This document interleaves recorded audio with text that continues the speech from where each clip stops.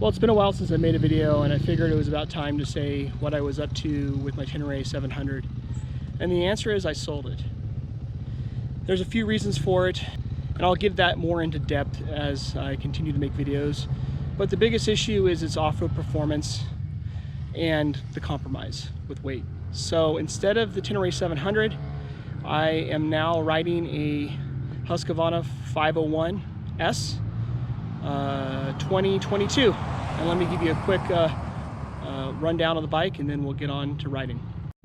Okay, well, this is a 2022 Husqvarna 501S, and it's got like 3 hours on it. I've been spending quite a bit of time in the garage getting it set up, and now it's ready to test. This bike's totally equipped with knobbies, skid plate, adventure pegs.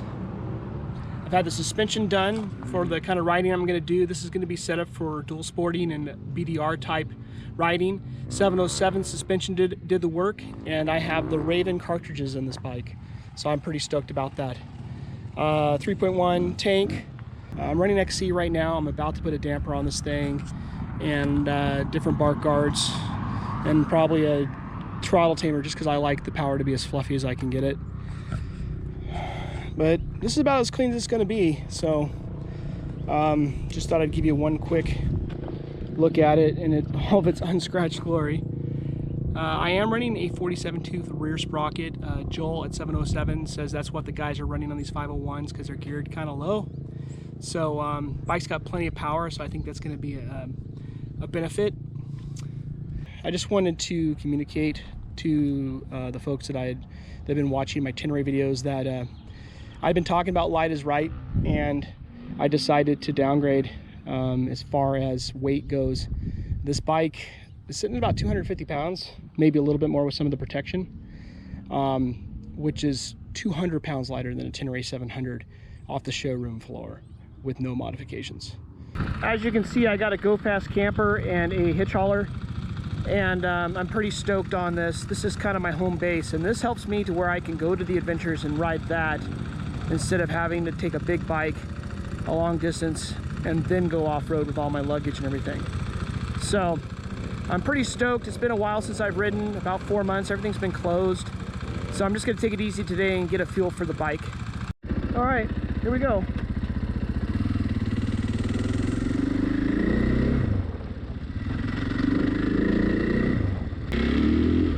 Now the 501 is a powerful bike.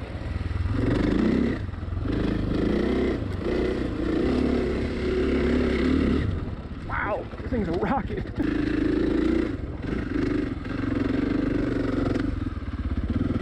This thing's pretty nimble, man.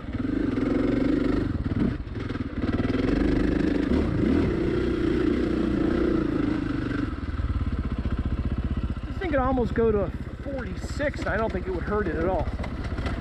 Wow, it's very... Chassis is pretty well poised. I mean, I'd say if anything, it's rider error and being a little green. I haven't ridden in a while. But it's like, yeah, you got pretty good traction even on that stuff. So far, I'm digging it. The power is nice. And this is with the reeds in, which I think are probably the way to go.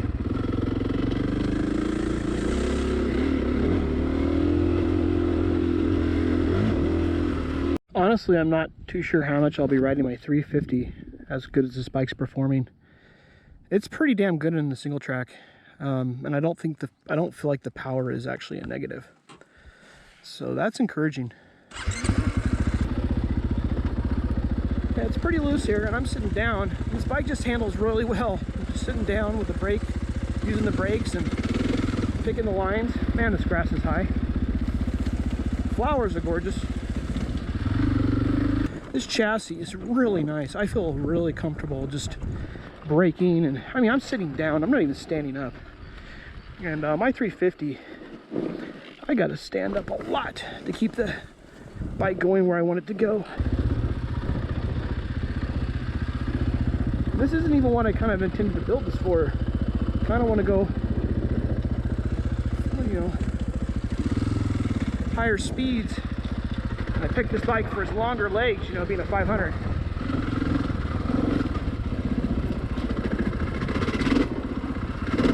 At the bottom, the torque is good. And I like how quiet this bike is. Yeah, it's nice traction. Oh, the suspension is really nice. It's just soaking that stuff up. I'm not feeling all those hits.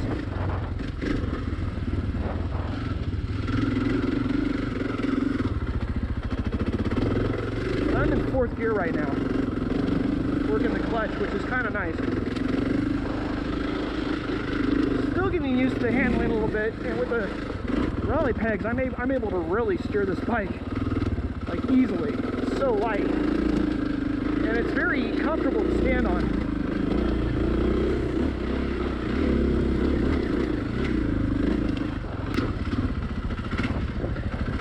Suspension's really good. Man, it feels like a motocross bike, but the valve for this, it's just soaking everything up. The front end's just dancing in a positive way.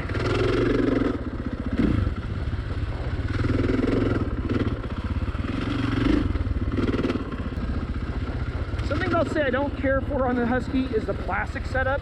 It's a little bit more complicated than, let's say, the KTM's design. Once you get used to it, it's not too bad, but it's got some quirks to it. Obviously, it's more work to grease this thing. You know, that's real, which I did all the greasing of everything, steering stem and all the suspension, swing arm, everything. Man, the power is so good. So good.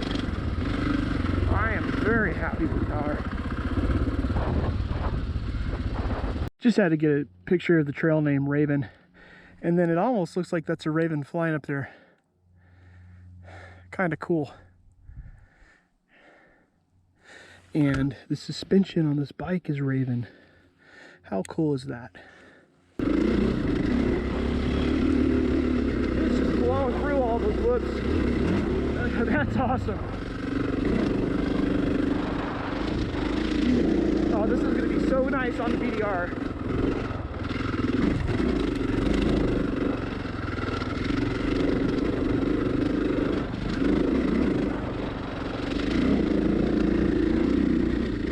Actually, off-road, the brakes feel pretty damn good too. On-road, you can tell they're underpowered, but out here, it's kind of nice. I think they're a little, they don't bite as hard as the Bremos do, and you know, I feel like they bite just right. So I'm probably keeping more traction on the front tire as I stop. The suspension is so poised. It's pretty dialed right now. So I went 60 hours almost on my 350 with stock suspension with no modifications to the valving except for putting this one size spring higher for my weight. And I gotta say, that was the worst decision I made. Like, the stock suspension's okay on these bikes, but when you get a suspension company to valve it right, it's substantially better. And with this MX Tech Raven suspension, which is a closed cartridge, I mean, this is like riding high-end KYB on a KTM, which is just not the way they're made. Love it. Love it a lot, actually. Wow. That is super nice. Kind of a Braveheart moment there.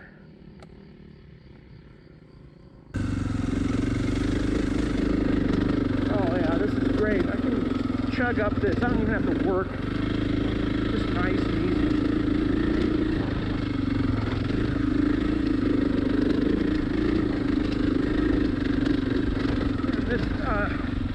This Evo on the back really is just grabbing this stuff without even flinching.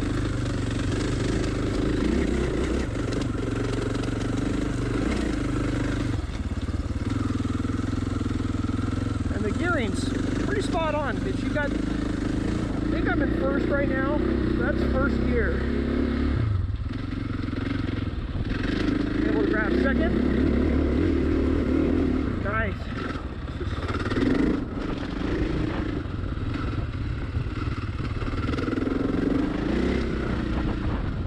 know how much time I'm going to spend on my 350, to be honest with you.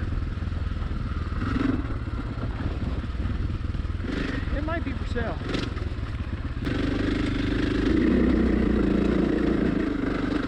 Oh, this thing's awesome. Okay, you know, I've never thought about riding adventure pegs on a dirt bike, but nice. I think it's one of the best things I've ever done. You have so much room. Now, granted, I get it going through logs and stuff. I might get hung up, but for that 1% of time, the 99% that I have, like right now, it's great. I'll take it. One finger on this thing's pretty good.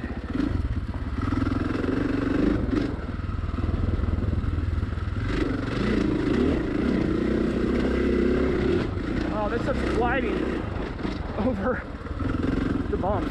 It's amazing. Flowers are awesome.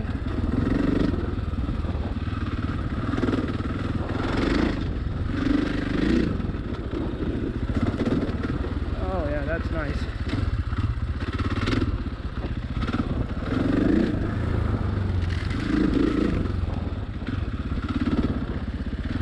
Taller gear, this thing's really good. And the suspension is so good sitting down that it's not beating me up. With my 350, I feel like I'm always standing up because I want to, you know, use my knees as more shock absorption and balance, of course. But I feel like this bike doesn't really care. Traction's really nice because we did get rain yesterday, so it's not a total dust bowl.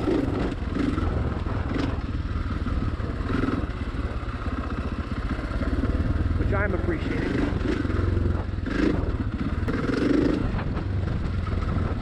Okay, I gotta tell you, this is 100 times more capable and fun than a Tenere 700 off-road, like without a doubt. And I would argue too, it's 100 times safer.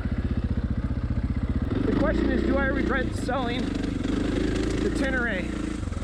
And the answer is yes and no. For the money, if you can get one unmarked up, for the money, it's an amazing motorcycle.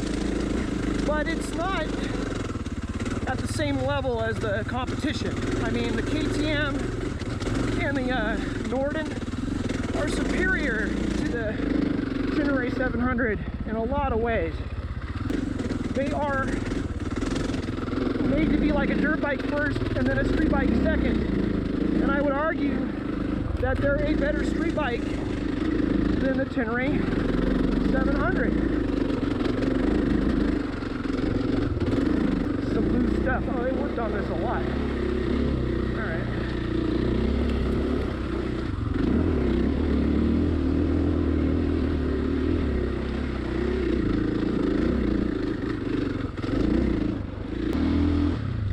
Well, anyways, the answer's no.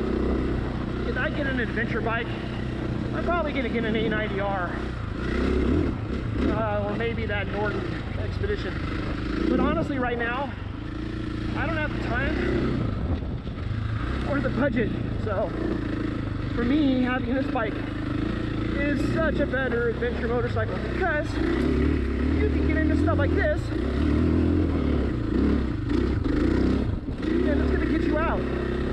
Try doing that on a 700 Tenere. Alright, well, this is some stuff that I hit my 300 on, and I'm kind of curious to see how this bike's going to do in the technical slow stuff. I'm going to take it easy at first because I don't feel like getting hurt, but then we'll work up to maybe that splat face right there. Alright, well, how to use a clutch, but it does it just fine. I mean, I was riding Charles' bike, I'd use my clutch. It's a little more work than a 350.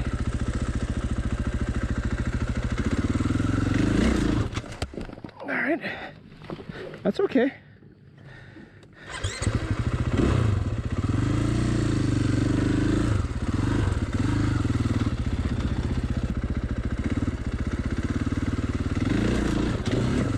Yeah, you did it. Remember, this is a 500cc big bore motorcycle. They like to stall. But I feel like with the right clutch control, and especially if I put that throttle tamer on this thing, I'll be able to do this stuff no problem. Look at that. There we go. And I did not put a foot down. All right, just to give you an idea, that's what the 501 went up. Not sure if you can totally tell, but that's not insignificant on a trail.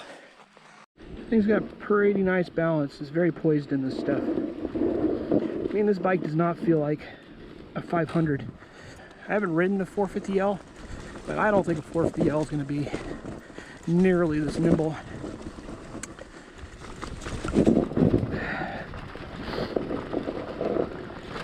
This thing is just super easy to go down technical stuff. On a Tenere 700, I'd be puckering right now. I'd be really concentrating on not trying to lose control of that big motorcycle. And I think that's the key. Control.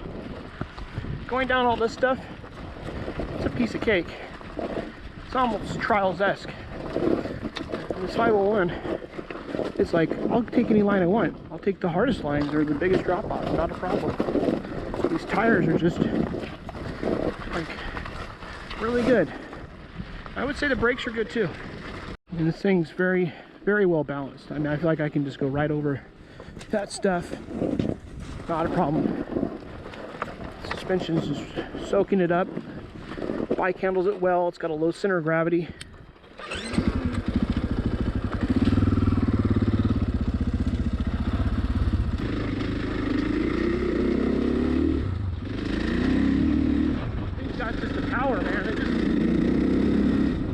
The fact that when I turn on the throttle, it's not like the rear end is spinning.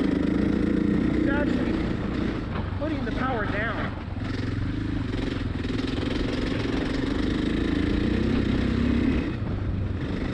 It's awesome.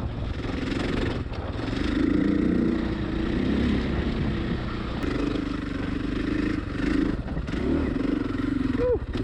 I'm in third. I'm not sure this is a good idea.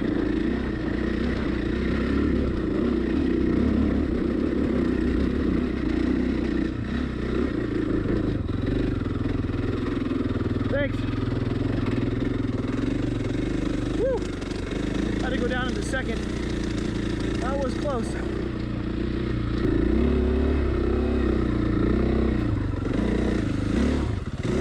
Did it just fine. Yeah, that was awesome. Suspension is so good on this bike. I cannot rave about the Raven cartridge enough. Just amazing. I just gotta say, I'm amazed at how nimble the Husky 501 is. It's a pretty damn good dirt bike and doesn't lack much.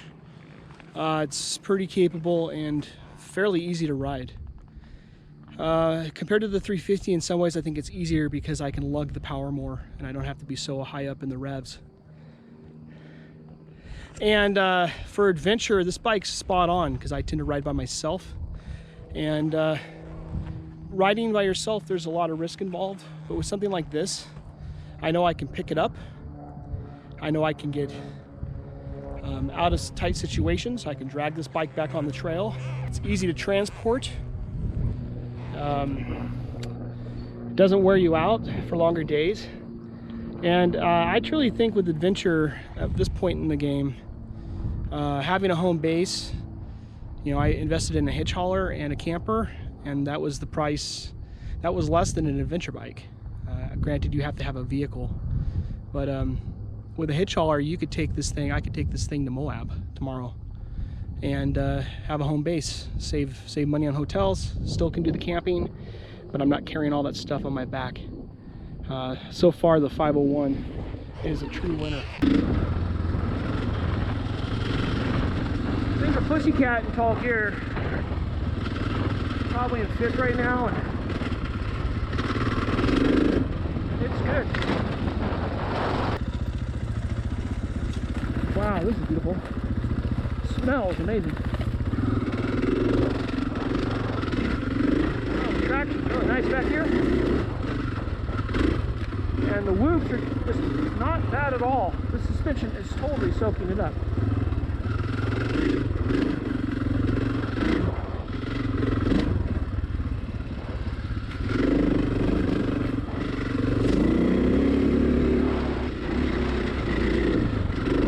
Oh yeah, that was good.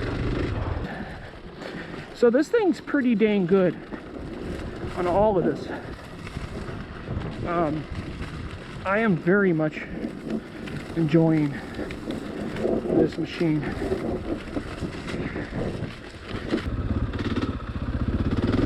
This thing's really happy in third, which I appreciate, because third gear is kind of my happy place. Traction, power to the ground, fluffing.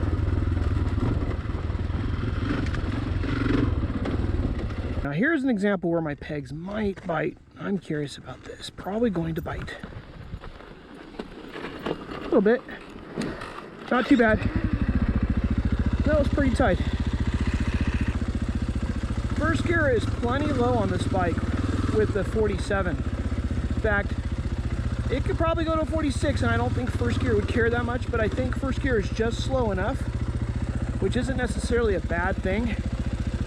Because on this stuff, I don't need to be going really fast. It's more about having control. And it's doing that very well. Let's do this hill climb. Alright, I'm going to do it in third gear.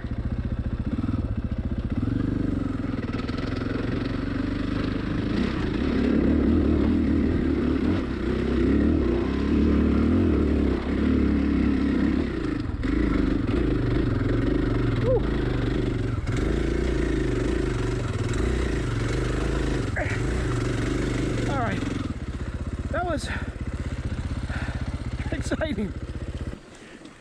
Oh, this is like a maze.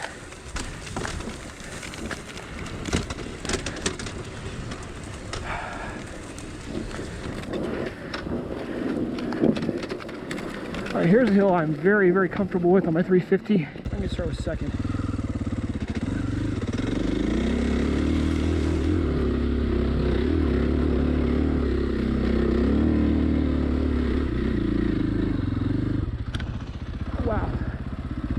Okay, not even work. The bike doesn't even have to work at that.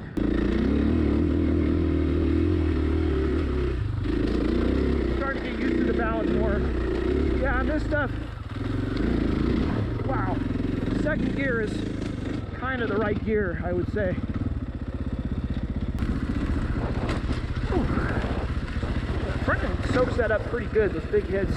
Like I hit a rain rut there, and the suspension just kind of sucked it in.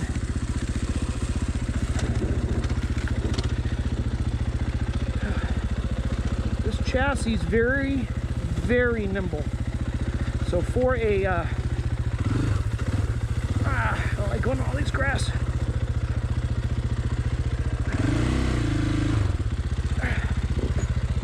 That's awesome.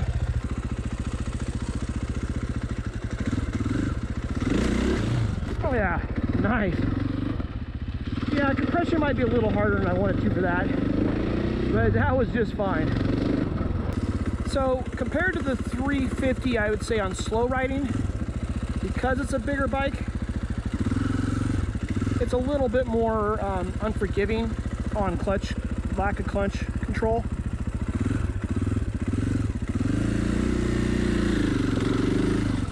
But it sure grabs good. Wow, that was awesome.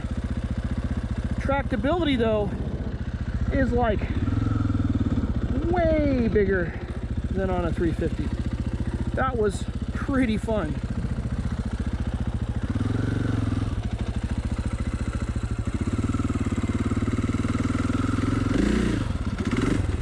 I think the wheelies are going to be a lot easier on this bike.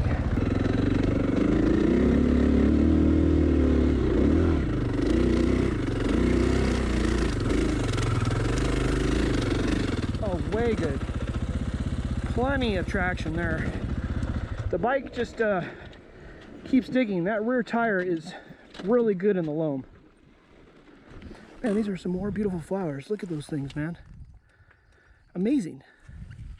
Just amazing all the awesome flowers we have this year. Yeah, I'm not totally sure it makes sense to keep the 350 and justifying owning 2 of these because they're not cheap. And I think this one probably is better set up than the 350 for adventure / dual sport riding and even trail riding. That's the thing I'm trying to say, is this bike is that versatile. This is stuff that you'd ride on a dirt bike. And this thing is perfect. I don't feel like it's lacking anything, actually. I think the G2 will help. Obviously, working on my clutch feel with the bike will help. So a lot of that's technique and rider ability. But the power is just so right on. Second. Yeah. This thing's just tearing. The rear tire is just grabbing. Oh yeah, that was cool. I'm gonna go up something a little tighter now. This will all be first gear, I think. Just to see how good it is at slow and technical.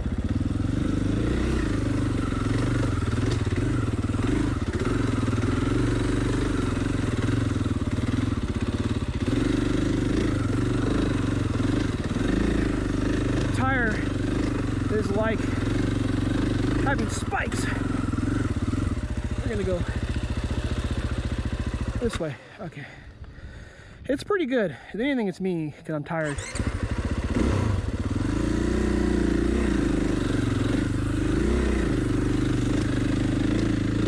I haven't done this stuff in a while, you know? Ooh, rain ruts. Well, you can see those. But there's some huge rain ruts in here.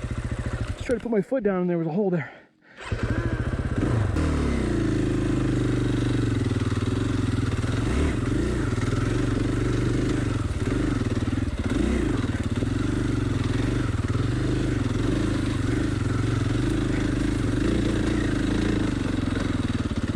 Alright, so as you can see, it does its stuff just fine.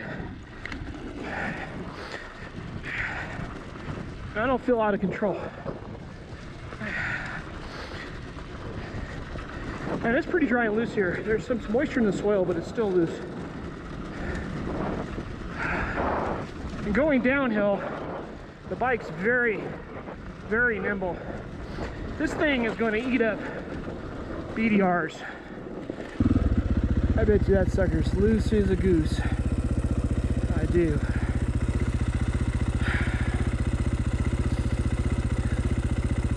I don't think I'll make it up that. It's hard to do that when it's got traction. Well, I just keep on it.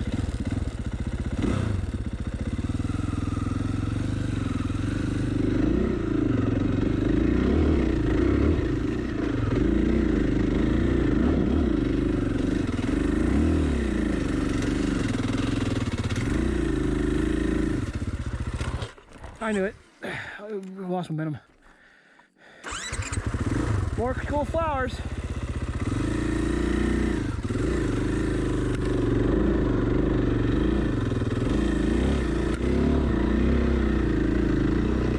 Oh gosh. Wow. The 501's power did that. Whew. This thing does this tight technical stuff really well.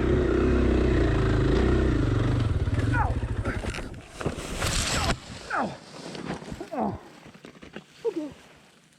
That was close. Hang on, we're not done yet.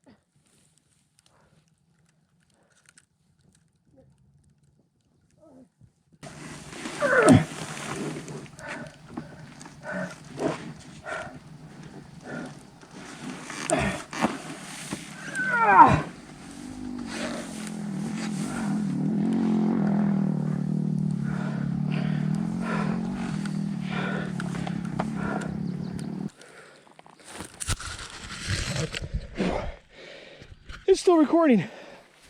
Okay, so good crash. Case in point, weight could be the end of a day in a serious situation. My bike, I wanted to film it, but I couldn't. His bike first, GoPro second, was inverted on this hill. And it took pretty much all I got to lift that bike's full dead weight back up.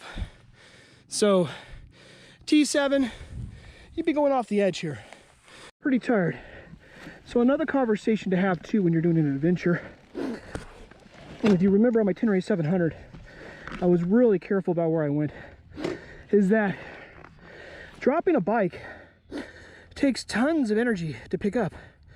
You end up gassing yourself trying to get these bikes back upright.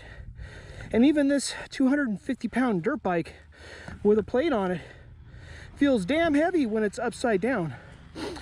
So light is right. Okay, let's not go down it again.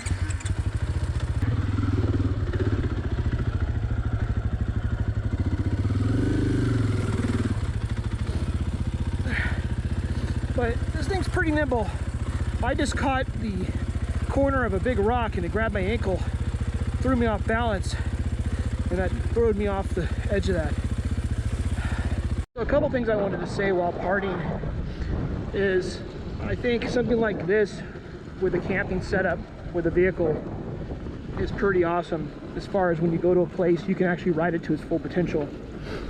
When you ride an adventure bike, you're either taking extraordinary risks, which I've seen guys on YouTube doing, or you're compromising the route you take. And frankly, when I get out here, I don't want to compromise the routes I'm taking. I want to have fun.